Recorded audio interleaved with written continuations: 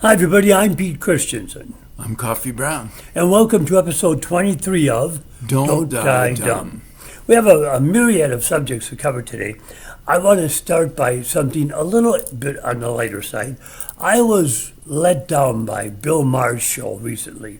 I watched it and he praised Trump for getting rid of Maduro and for bombing Iran, for getting rid of these vicious regimes. But he failed to say that Trump refused to put the duly elected leader, Machado, in power, saying, despite her getting 85% of the vote, saying the people aren't behind her. What I feel Trump did, Maduro is a murderer, a criminal, and a non-elected dictator. But he wouldn't work with Trump. So in other words, he wouldn't be a crook with this other crook. So Trump got rid of him, and who did he put in? Her vice president, the new vice president, which is the old vice president. Now she's president, and all of Maduro's cabinet, who are just as crooked and evil and corrupt as he is. They have motorcycle gangs that go around and just shoot people indiscriminately whenever they want, and no one can do anything about it. He put them in power because they'll play ball with him. In other words, this crook won't work with me. We'll go with this other crook. It's like saying, yeah, Chicago's going to be okay. Capone's in prison. Now we've got Frank Nitti. He'll be okay, And then bombing Iran. He basically replaced the Joker with Harley Quinn. Yeah, right. And Bill Maher kept pointing out, well, the people were celebrating. They were until they found out what happened. Not when they thought something good had happened. Yeah, right? exactly. Exactly the same thing in Iran, actually. He got rid of the Ayatollah Khomeini, and now that guy's son is in charge. And he's hardliner, too. Yeah. And for him to say, well, your people got to revolt. They did, and they murdered 7,000 people. And I think since then, they've nailed over 800 more. We'll have your backs. We'll be way back here behind you. Far back. Way back. The American people do not...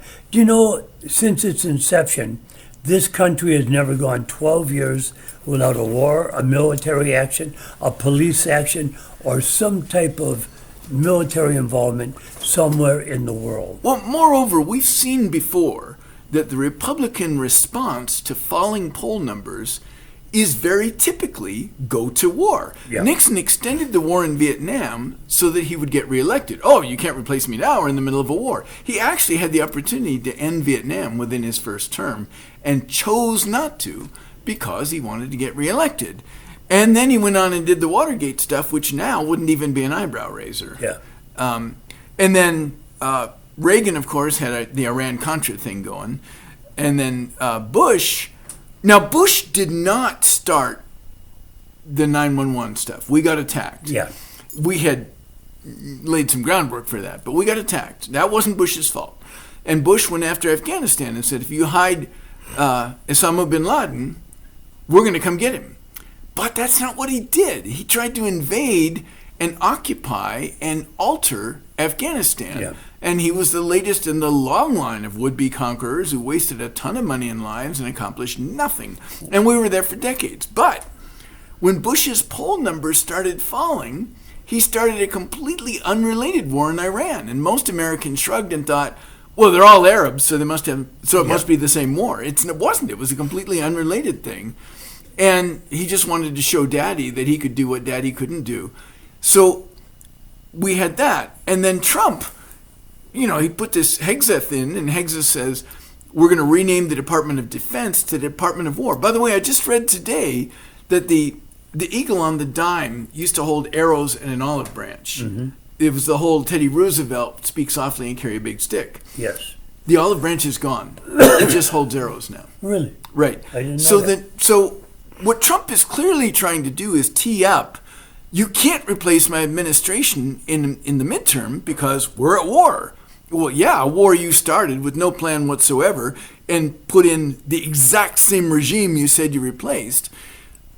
Yeah, he's absolutely going to claim that as a war president, he needs everybody to back him and reelect the same traitors who are destroying the Constitution right now. Now, all my life I've heard that despite the fact that Christians and Muslims have had these wars going on in that area for thousands of years. We had to befriend Israel. And by the way, we give Israel millions each year, and the Palestinians millions each year in the form of weapons. And we're funding a war between them. We've been doing it for years. Now, we've been giving Palestine money that they use for weapons. And all my life I've heard, well, we have to befriend Israel because we need an ally in the Middle East. Carter was smart enough to befriend through Egypt. He befriended them, and we didn't need Israel. I threw the whole thing on its head. And until their president was assassinated, we did not have those problems again for a while.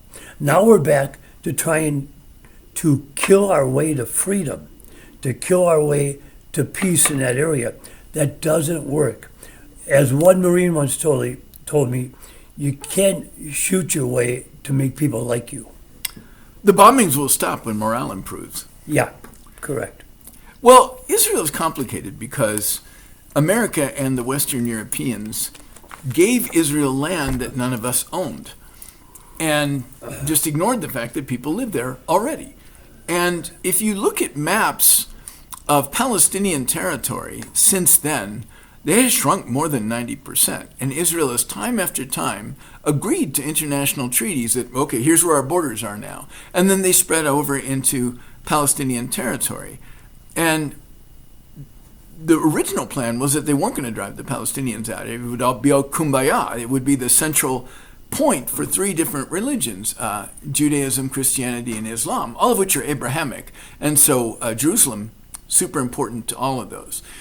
That didn't happen. Israel wants to make it a theocratic hegemony.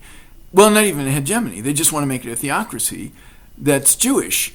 And for the most part, the world has supported them because, let's face it, Jews have been mistreated a lot over the years. But there's a bunch of complications to that story, and not least of them is that they are not respecting any of their own treaties that they've made to say, okay, this land over here is Palestinian. It is until Jewish settlers want to move there, and then it's not Palestinian anymore. And if you're going to say we're going to drive all the Palestinians out, they're not part of us, why fight a two-state solution? I don't really understand why Israel has been so adamant against that all this time, because they clearly don't want Palestinians to be part of Israel. It seems like a two-state solution would have been a good answer for them a long time ago. And America has practiced apartheid. We have supported apartheid. It's never turned out well for us, and it's not turning out well in Israel either. So do I think, the Israelis should all leave Israel? No, I think that ship has sailed. It's too late for that. But do I think we need to encourage them to be better neighbors and stop stealing territory? Yeah, we have the clout to do that. They wouldn't get away with any of this if we weren't backing them. And honestly, if you look at American Jewish politics, they're nothing like Israeli Jewish politics. That was my next point, that they really need a two-state solution. When Reagan visited there years and years ago, he said the Palestinians are only allowed out 4 to 6 hours a day out of their house. It's like an open-air prison and nothing more than that. Well, it's their own fault for getting cranky about it. Well, now when they didn't have a government, when no government would step forward, they went with Hamas. They knew it was an evil choice, but they felt that's all they had.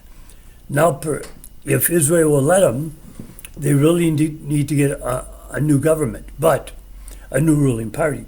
But they need a two-state solution. This thing will go on forever, and we're going to pay for it if we keep doing it. Hey, by the way, do we have any comments this week?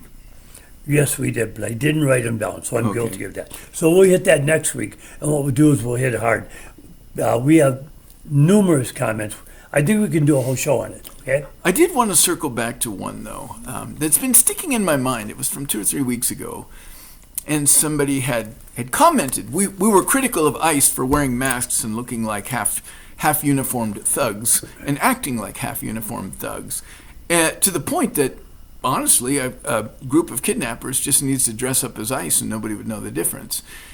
And somebody said, if they didn't wear... That has happened. Yeah, I believe it. Go ahead.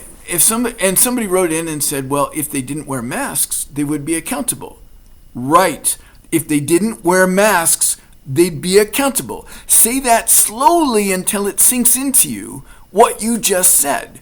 We want our police state to have some accountability. Accountability is the hallmark of democracy. It's why cops don't wear masks. It's why politicians don't wear masks. I mean, so far. That'll probably change this year. And it's why they have to answer to the people. So, yes, ICE would be accountable for their actions if they didn't wear masks. And that is why they should not wear masks. Nor should anybody in military or law enforcement be wearing masks. You could maybe make that case in a foreign war, but that is not what we're talking about here. Now, when we speak of accountability, I want to bring up two subjects. Number one, Christine Ohm was fired after she spent $200 million on video shoots of her promotional.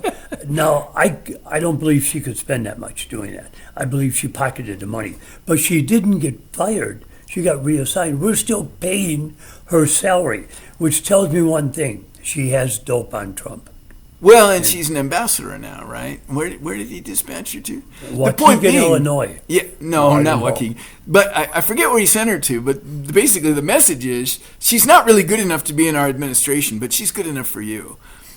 Yeah, something is that. And the other point, and you can explain it to me because I've only heard bits and pieces of it, that Hegseth has spent millions on steak and lobster? Yeah. Is that possible? I actually have the numbers. Give me just a second. Okay, because I heard it, and every time I say to myself when I'm talking about the present administration, oh, that's not possible. Well, then I have to eat my words later because it usually is in some form. Oh, I am so over saying that's not possible. There's nothing. I will say this for the Republicans. They've discovered that having no shame is a superpower. The irony is they talk about shame all the time, but they don't feel it at all. They'll just make stuff up. I love it when Vance said to a reporter, she asked him if a statement he had made was true. And he said, it's not my job to know if it's true. It's your job to figure out if it's true. That's our vice president. And our president, I think, doesn't actually get that there's a difference between truth and imagination. So I'm not really sure. I've never been sure if he lies or if he just doesn't know the difference. But I do know that he literally has made more false statements in a single speech than any former president has made in an entire term. That's pretty impressive. In fact, try to do that sometime. Just sit down and try to tell 60 lies in 60 minutes and see if you can do it. It's actually an accomplishment.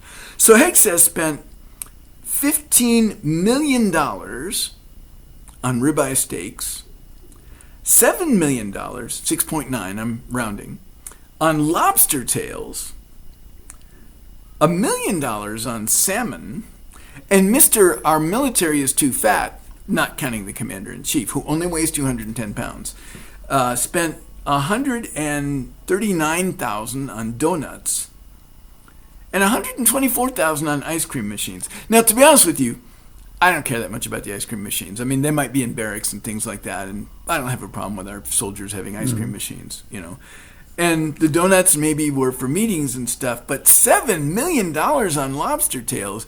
It's a good thing we got rid of the people who tracked the weather and the climate because we needed to save money for lobster tails and donuts. So how could he eat that much? Is this? Well, he's not personally eating that. It's for his staff and his lavish, things that he hosts and so forth. Are there no checks and balances on this? He answers to the president. So there is none. Right. Now, concerning that, staying on the subject of accountability, hasn't the Gallup poll stopped taking polls on the presidency? Gallup and one other, I think, Pew. And that should alarm everybody. Maybe you love this guy and you think, oh, I hate it when they show bad poll numbers on him. But you do want to know what's actually happening in the world. And when the major polling companies stop polling, what are you left with? Well, MSNBC is going to poll liberals and they're going to hate Trump. And Fox is going to poll not conservatives, they're out of the picture completely, but it's going to poll far-right populists, and they're going to love Trump. And so we're going to get all these biased polls because the big people that actually run unbiased polls has stepped back. Why? Because they don't want the wrath of Trump for documenting the fact that we've started to hate this guy because he's doing a terrible job. And finally, even his own base is starting to notice he's doing a terrible job, which I didn't actually think they were ever going to catch on to. But even his people are figuring out he's doing a terrible job. He promised no more wars, bombed 8 countries in 7 months, Yeah. and then started a war. He's the peace president. He promised eggs and groceries were going to come down on day 1. Didn't happen. They've all gone up. He promised gas would be $2 a gallon. It's hovering around $4. The average is $3.67, I believe, nationwide. And that changes day to day, so don't quote me on it. But it's hovering around $4. And if the Arabs, as they say, are going to wait till it hits $200 a barrel, you're looking at $8 a gallon there. So he promised the Epstein files will be open on day 1. All of it's been broken. Even hardcore people like Joe Rogan are now turning on him. It took them forever to figure it out. What, 7 years? I know Joe Rogan. I've met him numerous times. I worked with him, and I can understand why it took him 7, 8 years. But the rest of the Well, he's people, been hitting the head a lot. what is the deal with the eggs? Now, that's an interesting story, and the eggs actually tell us a lot about a lot. And here's what I mean by that. Egg prices are now finally coming down a lot. They're coming down to like well under $3 a dozen. And in fact, this is one of the best times in years to buy eggs. The fact that they went up wasn't Trump's fault. He didn't do anything useful, but he didn't do anything harmful. It was just that we had bird flu, and a whole bunch of chickens got slaughtered and a whole bunch of eggs got destroyed, and that drove up the price of the stock that remained. And it took a while to breed up enough birds to lay enough eggs to bring the prices back down again. That's all been done. Trump did not cause that. Biden did not cause that. And Trump did not fix that. Biden did not fix that. This is just a natural cycle of things that happened. Now, COVID arguably was made substantially worse because it occurred during Trump's first term. And in fact, it's weird that people think Biden had a bad economy because by the numbers, he had a way better economy than anybody expected. We should have been in a monster recession with monster inflation. And in fact, it was all pretty tepid. But it does point to the fact that we can't completely blame presidents for bad economies, nor completely credit them for good economies. They can nudge it this way or that, but they can't really control an economy. So you need to look at a bigger picture than who's president and I hate egg prices. But beef is up 18%, fish is up 17%, chicken is up 16%, vegetables and fruits are up 11%. That's all draining on the American middle class, if there is a middle class. Most of us are now, believe it or not, lower class at this point. Yeah. All that is draining on us. You can't balance a budget on the backs of the middle class. What is this war costing us? $1 billion a day? Is that right? Yeah, on the order of that. Yeah, I don't want it. And we've spent trillions, literally trillions, trillion with a T, trillions, on our Middle East adventures already, and now we're starting another one. Well, another few. Now, moving along to another subject, the measles. There are outbreaks, I believe, in 16 states.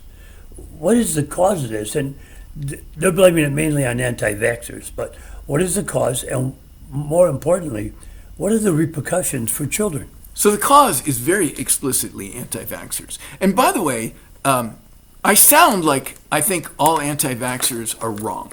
That's a little bit of an overstatement. If you say I'm against vaccines, you literally don't know what you're talking about because there's different kinds of vaccines and they behave differently and so forth. That's like saying I'm against things that are colored green, right?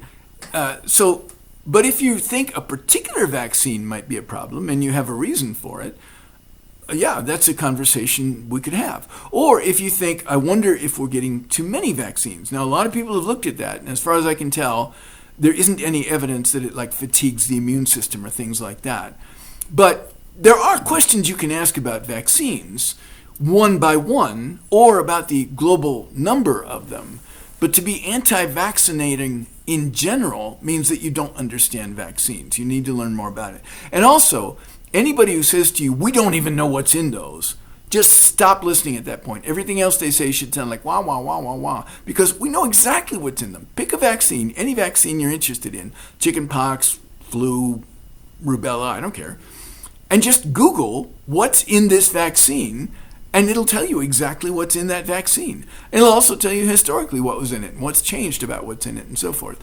So, no, we know exactly what's in vaccines. I don't even know where that comes from. But we have reverse RNA vaccines, the mRNA vaccines we use against COVID. We have killed vaccines. We have vaccines that use extracted antigens. The vaccines have different carriers in them. And different vaccines provoke somewhat different immune responses depending on which disease they're for and so on. In the case of measles, we were on a list of countries that had eradicated measles. We have fallen off that list, and we have fallen off that list because of anti-vaxxers turning people away from vaccines at the highest levels of government. But it gets worse because a lot of people are thinking, measles, I had measles when I was a kid. By the way, I personally had measles when I was a kid. Did you? As well. And it didn't seem like that big of a deal. I remember not liking it, but it wasn't that big of a deal. Mm-hmm. However, when it's a big deal, it can kill children or leave them permanently disabled. What I found out recently that I didn't know until very recently, didn't know while I was practicing, for example, is that measles has a better than 90% chance of wiping out the immune system's memory. It causes the immune system to forget immunities it has already developed. It's actually a de-vaccinator, which that was news to me. And so you could have a kid who has measles, and they have a moderate course, and they're cranky, and they stay home from school and inconvenience everybody, and then they go back and you think, all's well. And then the next year they die of pneumonia, and nobody connects that with the fact that they had measles the year before. But we lose our immunity to things we should be immune to. Chronic Epstein-Barr virus, things like that. Mononucleosis, and so on. So it's a big, big deal that measles is coming back. And at the rate we're going, I expect we'll have polio back pretty soon, too. Well, I'd hate to see that. Leave so many children unable to walk. It's a horrible thing. It's a horrible thing. But apparently people have to experience it. Apparently, like actually reading a history book, oh, this is what happens if you get measles. Oh, this is what happens if you get polio. That's not enough to warn us. Or this is what happens when a president declares emergency or after national emergency so he can claim more and more war powers. Apparently nobody's reading those books, or they think it's just happened somewhere else. Like, Nazism is not a German thing. It's a human thing if you let right-wing populists scare the shit out of everybody else. And so there's nothing special about Germany. In fact, Germany's recovery from Nazism is one of the real role models for civilization. There's a great documentary that it's called After Hitler. People were so incensed on what happened during World War II. Other nations, Poland, Czechoslovakia, all these other nations around Germany actually took all the land, properties, businesses away from the Germans that were living there and expelled them from their countries after World War II. That's how mad they were about it. They were just so infuriated by what had been done in the world. And that could come back on us too if we let this thing perpetuate. You wanted to talk about the bell curve. Why and what is it about? Okay, so a little bit technical here, and I realize nobody tunes into these things for technical talk. But where I want to go with this, what I really personally would like to be talking about is medicine and science, because that's where I feel I have some credentials, and that's where my interest is. I would love for us to stop talking politics if we could get through 1 week without the craziest shit this country has ever seen. So really what I'd like to talk about is medicine and science. And one of the common complaints I hear about doctors is, well, when you ask, like, my doctor said I had 3 months to live, and that was 6 years ago. Or my doctor had said Grandma had 6 years to live, and she died 3 months later. Or doctors never give you a straight answer. You ask them, how long is this going to be? And they go, I don't know, could be this, could be that. I'm going to show you today why all that happens and why it's unavoidable. We hate it as much as you do, by the way. But here's why that occurs. So you've all seen this diagram before. This is a bell-shaped curve. They're not always symmetrical like this, by the way, but this is pretty common. So when you say to a doctor, I have pancreatic cancer, how long do I have to live? They're going to look at your stage of cancer and they're going to say, well, the middle of that bell curve is here. So let's say this number is 6 months. And I'm making numbers up here. I don't know what the real ones are for this, okay? But really, that means that a certain, like the most common number is 6 months. But most people, this is going to be a difficult sentence, bear with me. Most people will not be at the most common number. They'll be above it or they'll be below it. So when you ask me, how long will this cold last or how long will my toothache or something, I visualize a bell-shaped curve with this, and I'm thinking, what would be a useful answer to you? This would give us about 63% of the population. This would give us about 90% of the population. And this would give us about 99% of the population. And we use this same curve for all kinds of things like IQ and risk factors and things like that. So either your doc is going to say, well, you have something between 6 days and 6 years, which is going to strike you as a useless answer, or he's going to say you have 6 months, but your mileage is going to vary because only a tiny number of people will actually land right on that center number. So it's hard for him to give you a useful answer. And that is the reason why you get these wishy-washy, weaselly answers. It's not that they know and they're not willing to tell you. It's that statistically, it's in this bracket is all we actually know. And within this bracket, the closer to the center, the more likely. I know that's not the answer you want. It's not the answer we want to give. And I'm sorry, but that's the state of the art. And I don't see any way that it would change in the near future. AI won't change that. Now, you were saying to me that some religions are now, they're now saying that we shouldn't believe in empathy. Right. So there's two really weird things that some people have done with the gospel. And one of them is the prosperity gospel. Jesus said explicitly, it is easier to get a camel through the eye of a needle than to get a rich man into heaven. But we have the prosperity gospel saying, you can see how much God loves me because I have 3 Learjets. And if you send me more money, I can get a 4th Learjet. God will love me even more. And since you're giving money to someone God loves, he'll love you too. And someday you'll get a Learjet. Do you have your Learjet yet, by the way? Let me know when that happens. Well, now a similar thing has happened with empathy. There are a number of pastors preaching to their flock, and I love the idea that people want to be part of a flock of sheep led by a shepherd. They're preaching to their flock that empathy is a sin. And the example they use is, you shouldn't set yourself on fire to warm the person next to you.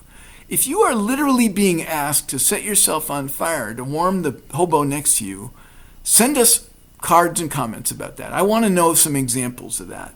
But if what you're being asked for is to pay your fair share of taxes without cheating so that children in the wrong zip codes don't grow up malnourished and unable to function in society, well, no, I don't think that's a sin. I think you're going to have it's going to be awkward for you if there's an afterlife and you're standing there explaining to God, well, I thought you wanted me to be mean to hobos. I want to be there for that conversation. So send me cards and letters for that too, from the afterlife. Real quickly, sympathy and empathy, what's the difference?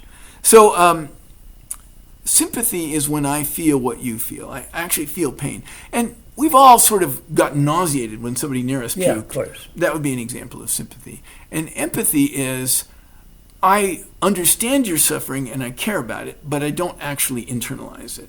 Doctors are trained to know the difference because if we have too much sympathy, we basically take on all the burdens of all the patients and we'll burn out. We can't survive. And speaking as somebody who made that mistake, that's actually real. You actually don't want your doctor to overshoot on that. Nor, and I go with the pastors on this, nor do we want to so overshoot on empathy that people can take advantage of us or use us against our own interests and so forth. But the notion that we should care about people different than ourselves is the entire point of the Good Samaritan story. Well, that's all the time we have for this week. I want to thank you so much for tuning in. I'm Pete Christensen. And I'm Coffee Brown. Remember, Don't die dumb.